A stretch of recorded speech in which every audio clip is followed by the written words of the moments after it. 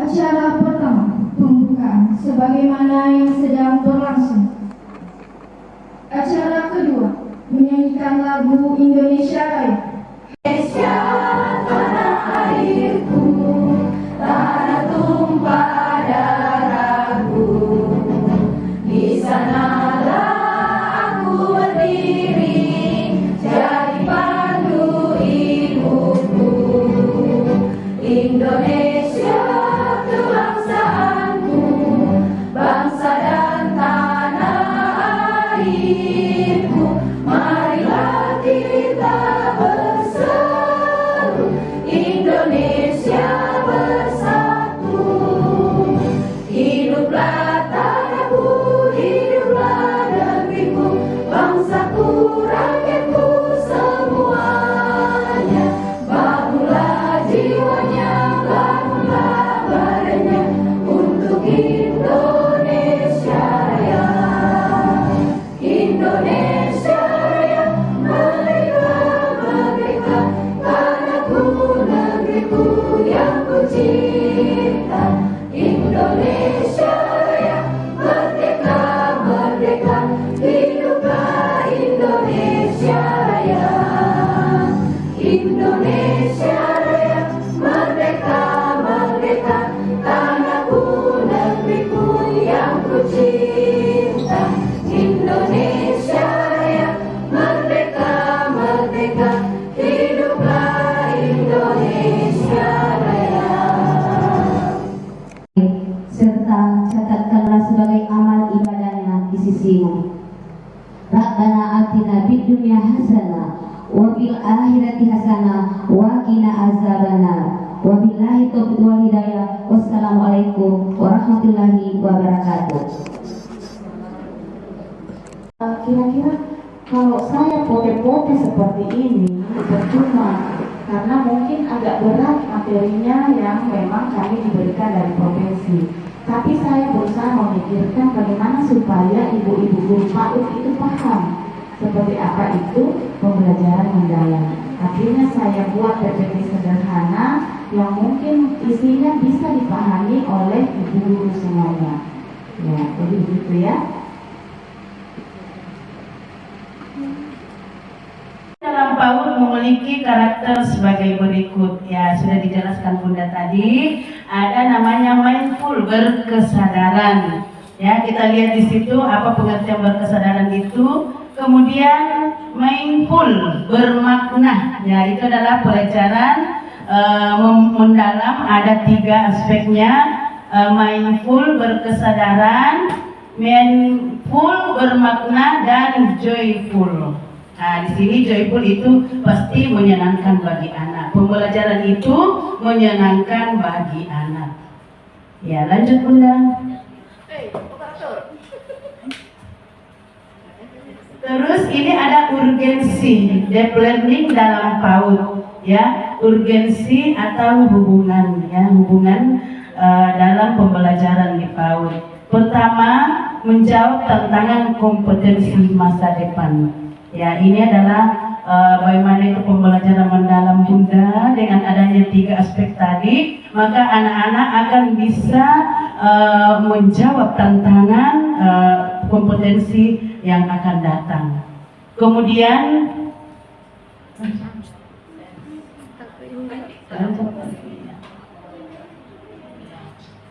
Kemudian pembentukan profil lulusan yang komprehensif. Sebenarnya ini saya cuma membaca saja karena dari awal sudah dijelaskan dengan partner saya. Ya, jadi itu sudah. Jadi saya jelaskan saja yang intinya.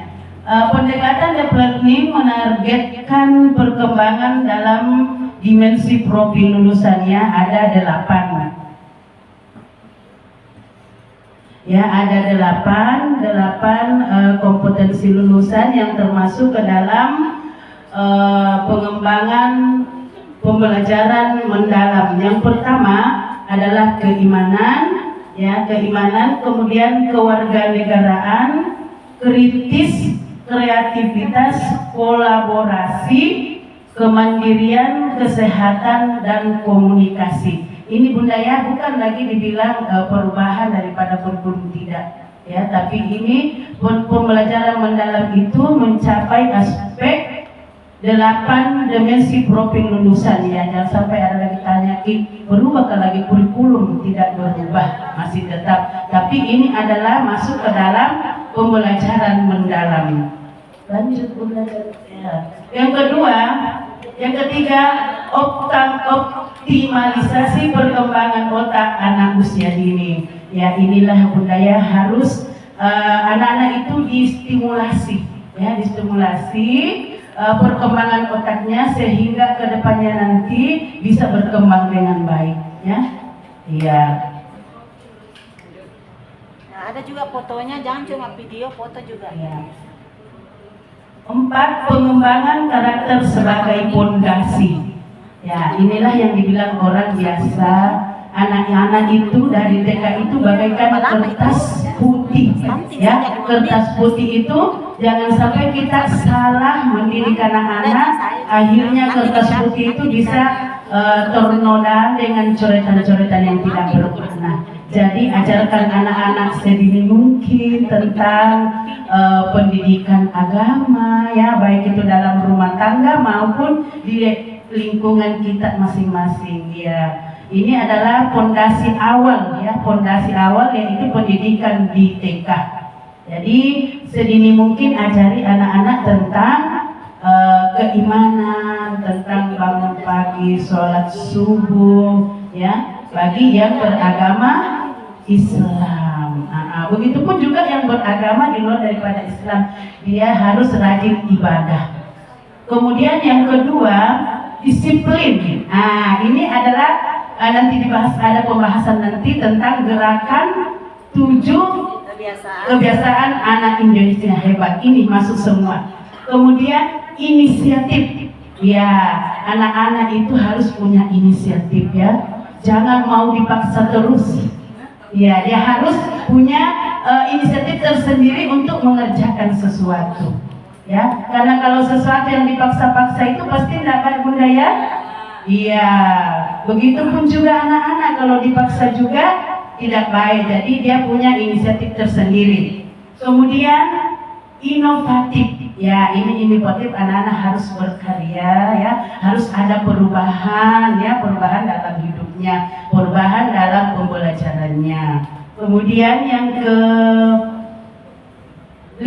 yang keempat, tanggung jawab. Ya, kita juga sebagai guru harus punya tanggung jawab kepada anak-anak, ya. Anak-anak juga harus punya tanggung jawab, ya, tanggung jawab dalam menyelesaikan tugasnya. Harus dibantu juga bundanya, ya, dibantu juga bundanya. Anak-anak harus dibantu bagaimana anak-anak supaya bisa bertanggung jawab.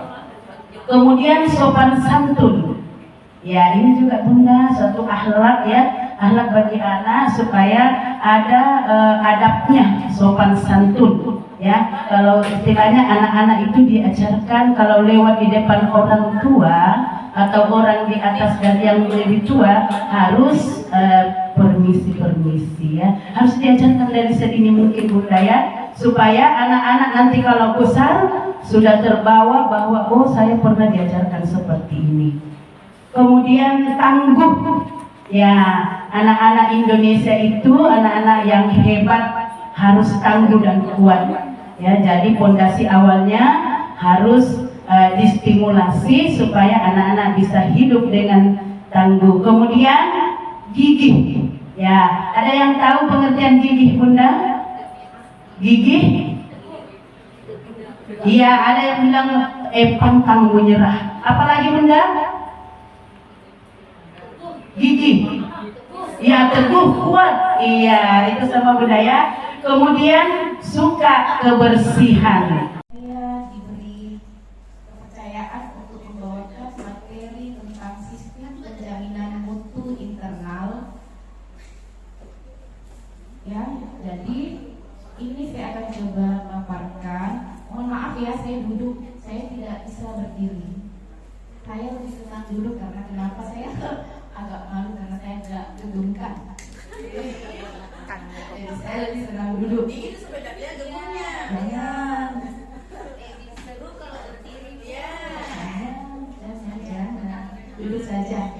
apa-apa. Kelihatan Cito yang di belakang? Baik, tentang sistem penjaminan mutu internal. Ini bukan barang baru bagi lembaga satuan pendidikan, karena ini memang sudah ada aturannya. Nah, kemarin tahun 2024 itu ini namanya hanya sistem penjaminan mutu. Internalnya belum ada.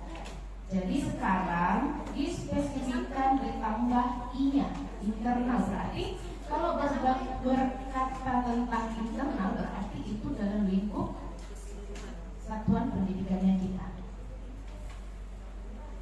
Adapun tujuan, adapun tujuan kita mempelajari sistem penjaminan mutu internal ini adalah untuk memastikan kualitas pendidikan yang berkelanjutan dan memenuhi standar yang telah ditetapkan baik itu institusi lembaga maupun dari pemerintah.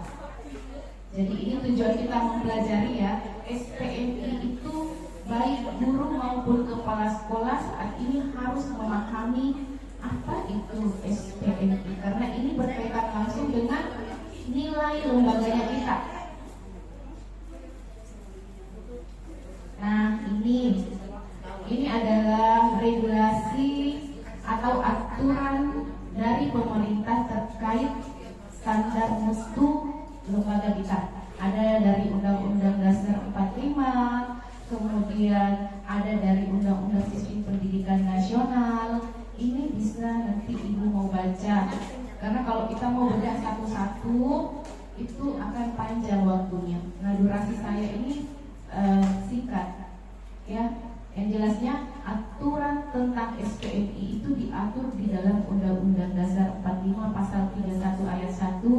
Nanti materinya boleh di-share, sudah ada di kepala sekolah masing-masing, boleh Ibu guru baca.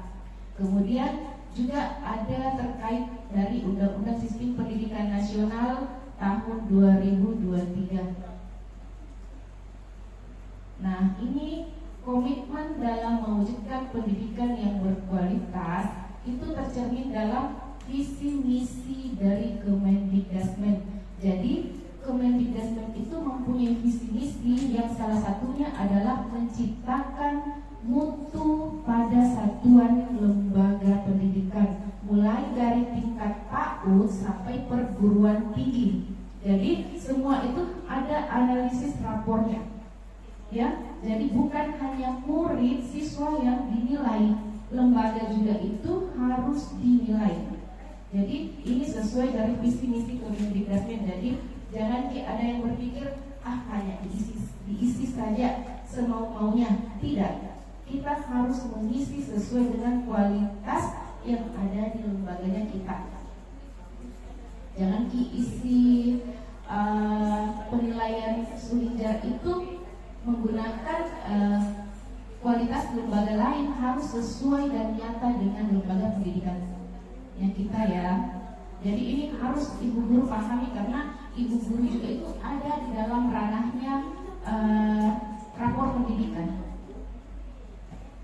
Nah, ini adalah kurva saat ini Indonesia menghadapi tantangan capaian pendidikan yang dikategorikan masih perlu ditingkatkan.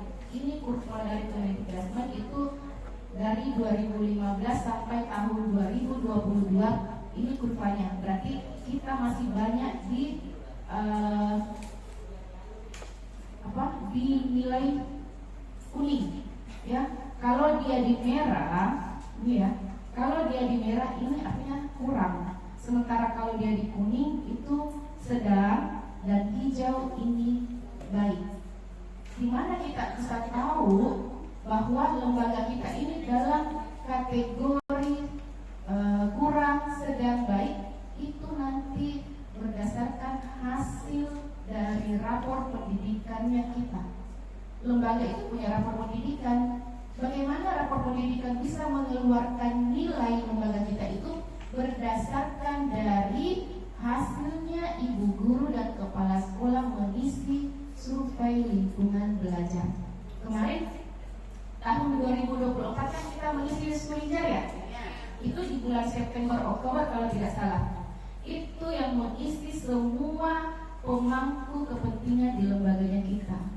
Jadi kepala sekolah, semua guru mengisi indikator ketercapaian. Jadi memang sudah ada indikator yang ditetapkan dari pemerintah untuk satuannya kita. Jadi bukan kita yang mengada-ngada mengetik indikator, tetapi memang sudah ada formatnya. Jadi kita bisa menyesuaikan. Misalkan di indikator survei lingkungan belajar kemarin itu ada di poin D1, itu indikatornya misalkan terkait tentang apakah sekolah ibu sudah menggunakan kurikulum merdeka, sudah sesuai dengan perkembangan anak usia fase fondasi. Nah, di situ kan ada pilihannya, kalau tidak salah itu ada 4. Ada yang kotak pertama itu ada tulisannya belum menggunakan, ada sudah menggunakan tetapi belum maksimal, ada yang sudah menggunakan dan maksimal. Itu kan ibu pilih. Nah, hasil dari pilihan itu menentukan. Saya lihat banyak ibu yang belakangan, anak-anak yang lebih duluan. Nanti ada kejadian baru dulu ada tersindir, baru cepat dari anak pagi. Ya, jadi bagaimana kita memberikan contoh kedisiplinan kepada anak-anak kita di satuan pendidikan. Ya, disiplin, bangun pagi, guru datang langsung berdiri di depan kelas, pintu dan memberikan senyuman atau ekspresi. Jangan karena marah-marah di rumah sampai bawa juga di sekolah. Ya, walaupun mungkin masalah kita di rumah berat, tapi sampai di sekolah kita hilangkan semua itu, kita jauhkan, tetap kita memberikan senyuman kepada anak-anak kita. Karena kalau kita istilahnya tolong atau marah-marah, pasti anak-anak kita akan takut, ya. Jadi kita menyambut mereka dengan ceria, dengan pagi ceria. Ya, itu ya disiplin. Jadi bunda yang lebih dahulu datang, ya, bukan juga misalnya di satuan pendidikan masuk 7:30 ya, misalnya masuk 7:30, kita datang mungkin jam 7, biasa anak itu 6:30 sudah ada di sekolah, ya. Jadi bagaimana tanggung jawab kita selaku tenaga pengajar untuk mendisiplinkan diri kita, karena hanya berapa jam kita di sekolah, mungkin dari jam 6:30 pulangnya mungkin jam 1 atau jam 2. Nah, itu makanan yang mahal-mahal atau kayak enak-enak, ya makanan sehat yang bergizi, yang seimbang, yang bagaimana? Ada yang bisa memberikan? Yang dari peserta yang lain yang kan selalu bilang sebelah kanan, sini sebelah kiri, ya. Ya, yang dulu kan istilah 4 sehat 5 sempurna, ya. Sekarang diganti lagi 5 isi piringku. Ya, jadi harus disesuaikan mana yang banyak dimakan, mana yang sedikit. Kalau kita nasi bukan main, karbo, nasi sama dinilai dengan jagung. Karena saya ikuti dulu, saya dulu masih saya belajar apa namanya itu kuliah di Makassar 1 tahun. Ada saya mengatakan kalau orang Indonesia itu semua apa yang di depannya dimakan semua, nasi, singkong atau ubi, jagung, itu sama nilainya itu, mie, ya semua dimakan. Lama-lama sakitnya. Kalau orang barat atau negeri satu dia fokus, ya satu dia fokus. Jadi dia bisa kalau nasi saja. Tapi kalau kita yang penting kenyang, udah pikirkan bagaimana jalannya, ya. Nah, bagaimana kita mengajarkan kepada anak-anak kita yaitu makan sehat dan bergizi, ya. Tidak perlu mahal, ya. Yang penting sehat, sayur bening, jangan sayur, makan sayur, ya. Jangan juga dipilih, sayur ini saja, sayur dan ubi yang ditumbuk. Nah, itu terus, ya. Sayur bayam atau biasa juga jangan kita makan ayam terus, ya. Apalagi kalau ayam potong, katanya kalau anak usia ini itu harus dihindari makan ayam potong, karena ada itu lemak-lemaknya yang di bawah itu yang biasa mempengaruhi sehingga banyak dari anak yang dewasa dikena penyakit kista. Ya, itu yang saya mendapatkan pemahaman bahwa itu dihindari, ya.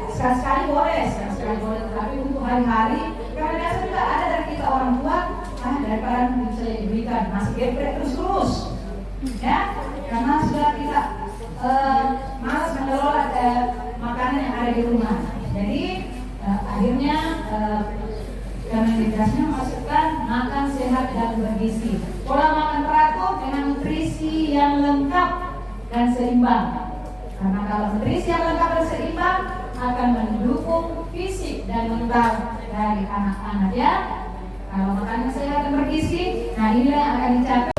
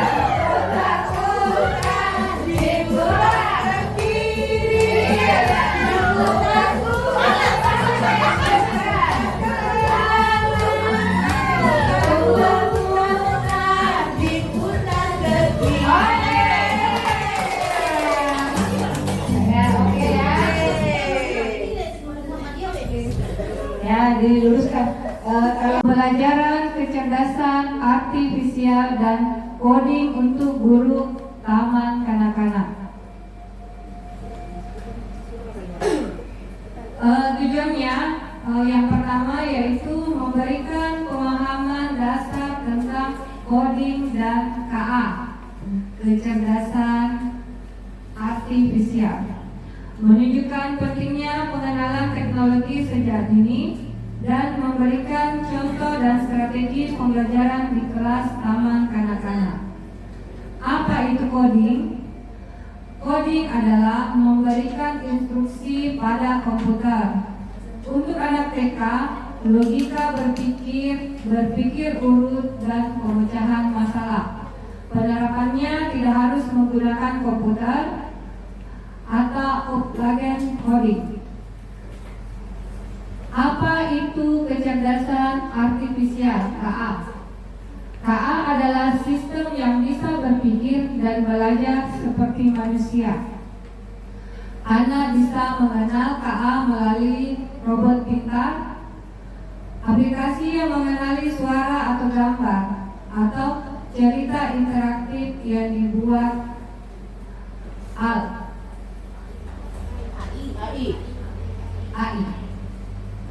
Mengapa guru TK perlu mengajarkan ini? Yang pertama, teknologi adalah bagian dari dunia anak. Yang kedua, anak belajar berpikir sistematis sejak dini. Yang ketiga, mempersiapkan anak menghadapi era digital. Dan yang keempat, yaitu meningkatkan kepercayaan diri dan kreativitas anak.